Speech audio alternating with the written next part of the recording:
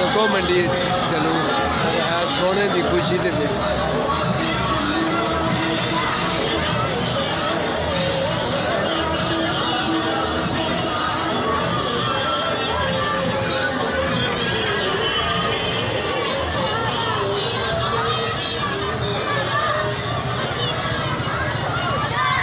देखो मंडी जुलूस जा रहा है और बुरे वाले की तरफ में जा रहा है।